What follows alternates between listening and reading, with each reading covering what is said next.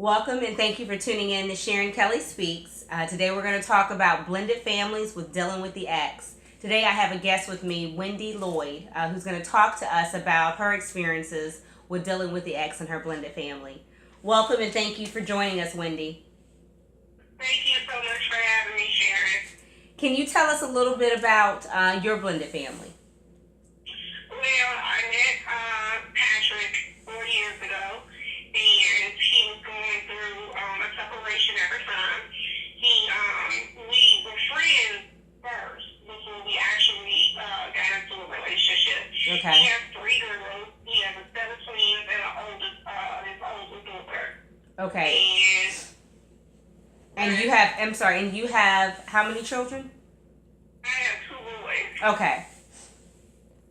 Okay, so he has 3 girls and you have 2 boys. Yeah. Okay, so there's a total of 5 kids. Okay, and Yeah. share with us a little bit about your experience related to dealing with the ex, from your perspective of how things were when you dealt with your stepchildren's mother, as well as how he dealt with your children's father. Okay, basically in the beginning, it was very hectic. It was, it was a transition for everybody. Okay. Definitely because at the time, like I said, Patrick was still married, but they were separated. And the ex, wasn't very happy that he, had moved on. And so, my children's father at that time had just got back into, outdoors life. So when he found out that I was in a new relationship, it kind of took him, by surprise. And, up came the, I wish, the going down memory lane, shoulda, coulda, woulda, things of that nature. So Okay. in the beginning, it was basically a roller coaster ride. Okay, I totally understand. Now, going back to something you said that Patrick, who is your fiance, he was still married. He was going through the processes of divorce at that time. Yeah. Okay, and so the wife at that time, she was okay with the moving on. Did she move on as well? And they just together made the decision that they were okay with each other dating during this time?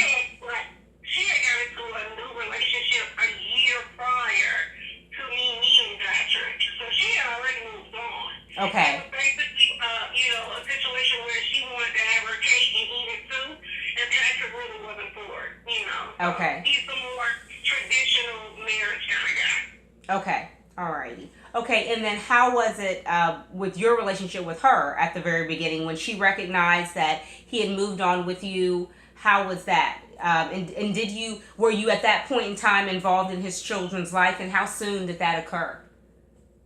I was after I would say a month after we actually became girlfriend and boyfriend. I met the children a month after. Okay. I felt it was too soon, but Patrick wanted to go ahead and get things, rolling. I guess for him, he wanted to see how I was going to interact with his girls and how they were going to interact with me. In the beginning with his ex-wife, it was very trying. It was very bad. Every time we would see each other, it was constant arguing. We got into several physical altercations. Oh, wow. It was just really bad, like I said, and it was bad on both ends. Okay. I wasn't going to stand for the disrespect, and she, couldn't swallow the pill that, Patrick had moved on. Okay. And so when you guys were going through this, how were the children impacted during that time? My boys basically, they really didn't say much, but of course, kids sometimes keep things to themselves. So I would That's right. often talk to my children, and so they would tell me, I don't like her, I don't like how she talks to you. They would express to me how they felt. Now the girls, on the other hand, it kind of made them not like me. It kind of made them resent me, and so they looked at me as the villain. Okay. That I came between their mother and their father. Okay. And so for a while, it was a separation. They didn't want to be around me, and I didn't want to be around them. Okay.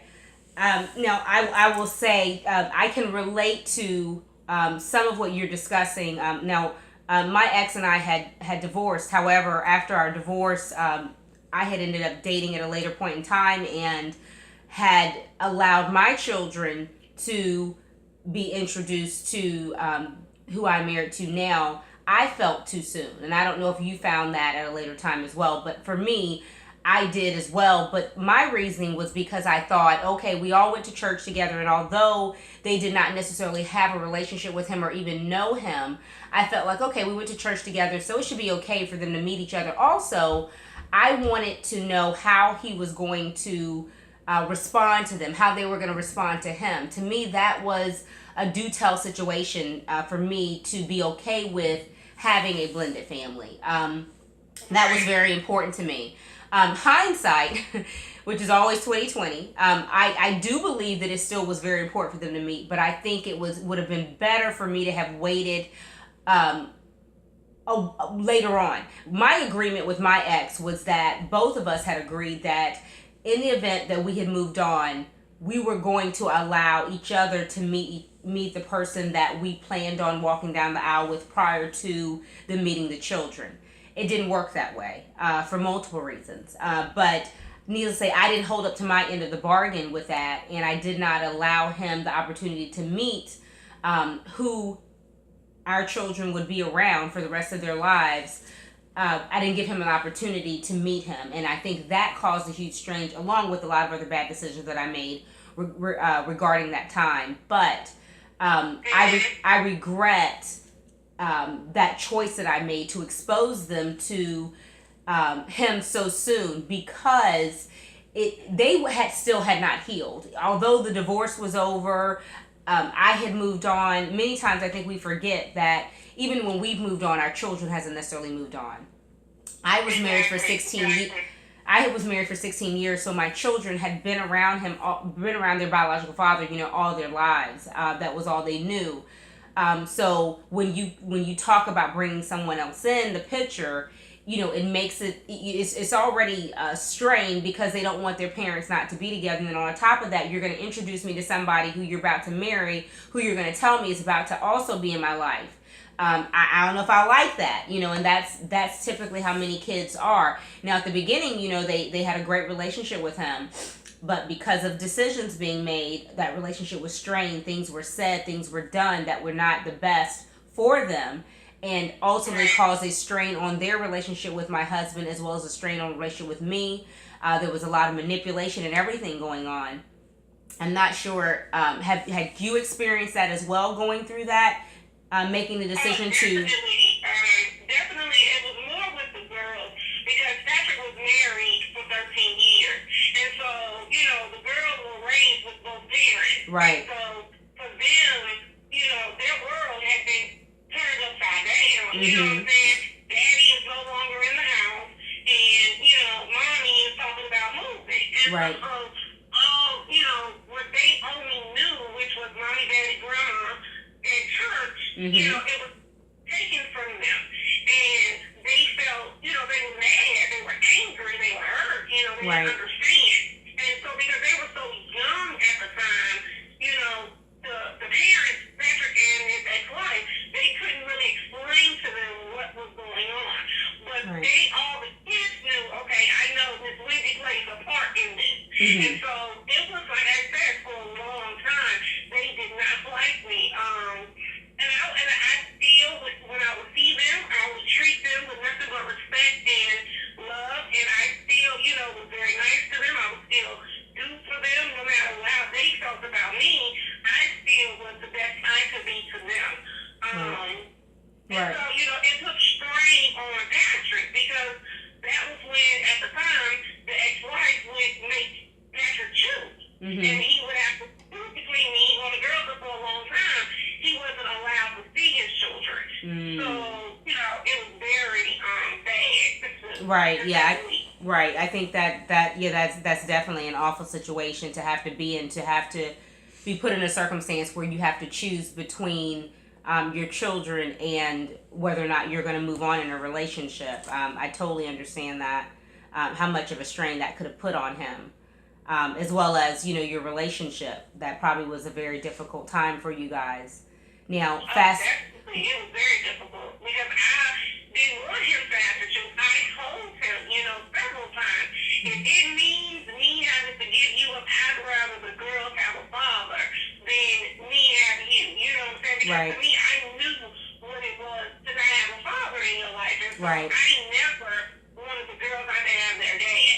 But it was also Patrick who made the decision to stay in a relationship. And he felt that with time he was all in his mind, which that necessarily did not work in his favor. Okay.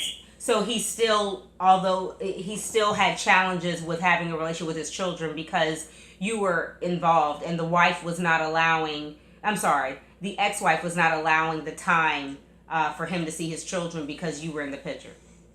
Exactly, Okay. exactly. She would, during holidays, when she finally moved from Maryland to Suffolk, Virginia, that's where both of them were originally from. And so during holidays, Patrick would want to bring me to, his family gatherings. And so she would tell him, if you bring Wendy down here, don't expect to see your children. Okay. And, he would still bring me, but, it would be such a back and forth between them two. And, it was just a lot. It was very hurtful, and it was, it was a lot. Okay. It was a lot. And so fast forwarding to now, and you reflect back on those times, or is there anything that you sit back and you think, man, I wish I had done this differently, or I wish I had handled it this way? Is there anything? I really wish that I would have waited until they were actually divorced. Okay. I really wish that I would have pushed Patrick to heal, to take time for himself. Okay. Because during our relationship, hurt people hurt people. That's right. And so, he would lash out at me. We would have our, arguments, altercations because he's hurting. And so I would definitely, if I could do it over, make him take time for himself to heal inwardly, to heal mentally, and so,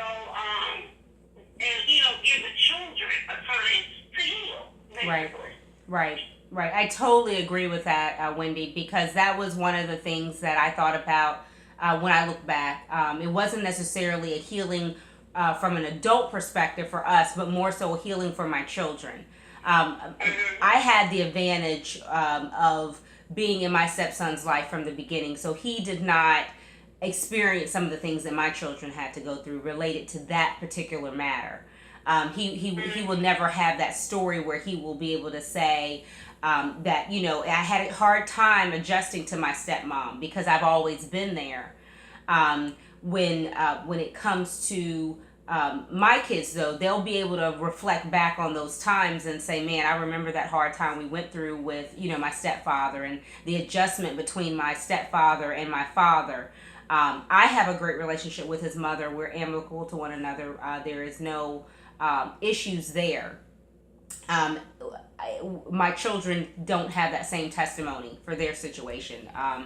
And I think as time goes on, I think I'm believing that there will be some sort of unity. Most of my children are grown.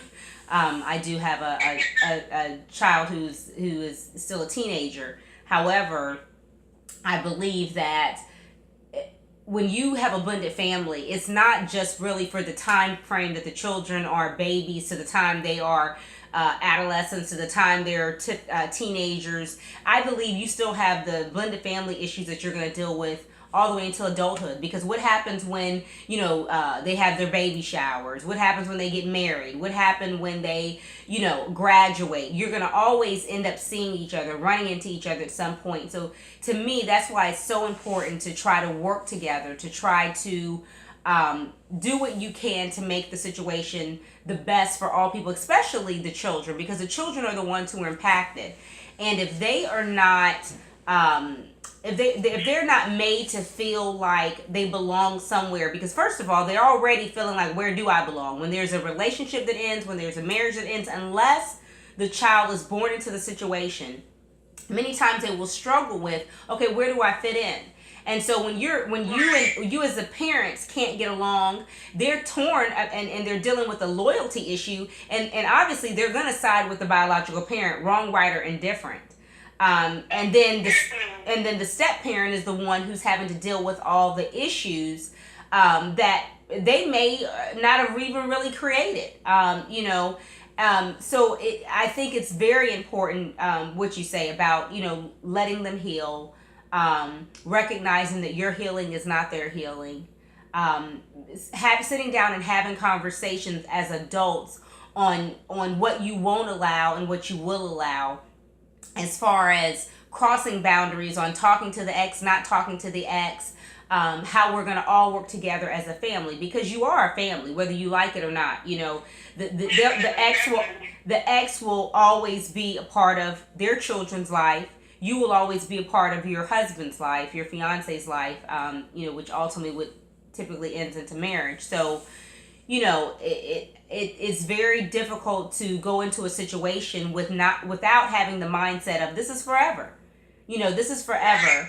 I was reading statistics. And one thing I just want to, put in too, when you have to deal with, Patrick's ex-wife was very vindictive. Mm-hmm. She was bitter. And so she felt like the life that me and Patrick had, that's the life that she was supposed to have with Patrick. So when you deal with a woman like that, Mm-hmm. they're going to tend to try to bring as much turmoil into the family as possible. And they're going to try to, put things in, the girl. She used to always, talk bad about me to the girls. Mm-hmm. And so, of course, the girls are going to go with what their mother is saying. You know what I'm saying? Mm-hmm. They don't know me. They know their mother, though. Mm-hmm. And so it was, he's still in a mindset of not liking Miss Wendy. Mm-hmm. And so it was very hard for me, even as nice as I was, as loving as I was, as respectful as I was, to gain their love, their like, and their respect. Mm-hmm. We have a lot of run-ins with each other with, them disrespecting me, with them, talking to me as if I'm their equal. Mm-hmm. And Chevette would condone it. But when Patrick would, try to right their wrong, Mm-hmm. you have his ex-wife that's condoning what they're doing. So it was a lot. And I think, Wendy, that what you're experiencing, unfortunately, is a lot of what I'm hearing. When I talk to other blended families, I'm hearing the same thing. I can totally relate to what you're saying. I think we as adults have to keep children out of adult business, not involving them. They don't need to know how we feel about the ex they don't need to know how we feel about their biological mother, their biological father. Those to me are private conversations that we should be having with our mate, our partner, not with a child. It causes all types of dysfunction. It's a heavy burden for children to have to bear, to feel like, okay, I can't love my stepmom or I can't love my stepdad because then my biological parent is going to be mad at me, or I can't love my biological parent because of the things that they did to my mom or to my dad. That's a terrible feeling for any child to have. To me, they should be able to love everyone. They should be able to love their stepmom, their stepdad, their biological parent, mom and dad. They should be able to love everyone involved in the situation. No child should be made to feel bad for that. And I think when we do, it goes into what I was just about to say a minute ago was, statistics shows that intact marriages typically end at 50%. When you go into remarriage, it's at 60%. And if you, statistics show that a third marriage normally dissolves itself at 73%. That to me is a huge number. I don't believe that people in general have the respect for marriages, families, the way they did before many years ago. I believe that people just they don't value it. I don't think they understand the importance of it. I don't think they understand what for life means, through death do us part, for sickness and health. I don't think they get it. And then what happens is children are caught in the middle of this mess, and then great thankfulness, there is a thing called blended family where people are willing to remarry and people are willing to marry people who have children. But there's a lot of issues that come with that, and if we add issues to something that's already really dysfunction, it just makes the situation even worse. And for the children, it makes it harder to cope and deal with when they see us talking negatively about their parent, or or their parent is talking negatively about us. It's something that really has to. It's something that really has to stop. In order for our children to be whole, in order for our children to heal, we've got to contribute to that healing by doing our part, by not saying things that could be damaging to them. Definitely, because I mean, it was because my kids, my boys, they really, like I said, they didn't go through a lot of the changes that the girls did, and again, that's because I've always, kept them, safe from certain things, and Patrick was the first guy that they actually saw, and so they didn't go through what the girls did, and so a lot of the times that also caused a strain with the girls and my boys, because they felt like, my boys was benefiting from their dad. And so when they would get around my boys, it would be, crazy. It would be arguments, it would be fights, if you will. They didn't like my kids for a long time because they felt like, they had their dad and they took their dad. So it was a lot to deal with. Wow. Well, I am glad that you guys are working through this, and I'm hopeful that things are going to continue to get better for you. I'm looking forward to our next segment where we'll talk more in depth about this, about some additional issues that you may have, and lessons learned, so that we can help other people who may be going through this, because I know it's not just us. I know that there's a lot more people who've experienced this. And one thing that I have learned is that many people have told me is that just because things are calm now does not mean that the storm won't happen at a later point in time. Oh, definitely. It doesn't even mean that the storm is gone. Right, exactly. Right. And so I think bonding and speaking with other blended couples, blended families, will help all of us to be equipped, per se, with the knowledge and wisdom of what we need to do in order to handle certain things. Because obviously, getting into a verbal altercation, physical altercation, talking negatively about the ex, even responding when the ex is talking negatively about us, is definitely not the answer. Right. Yeah, it's definitely not the answer. So I'm looking forward to continuing to talk to you again, Wendy, and I thank you for taking the time to come and talk to me today. Thank you to the listeners. Thank you for our listeners today, and please subscribe, like, and share the video, and I look forward to talking to you again soon. Thanks.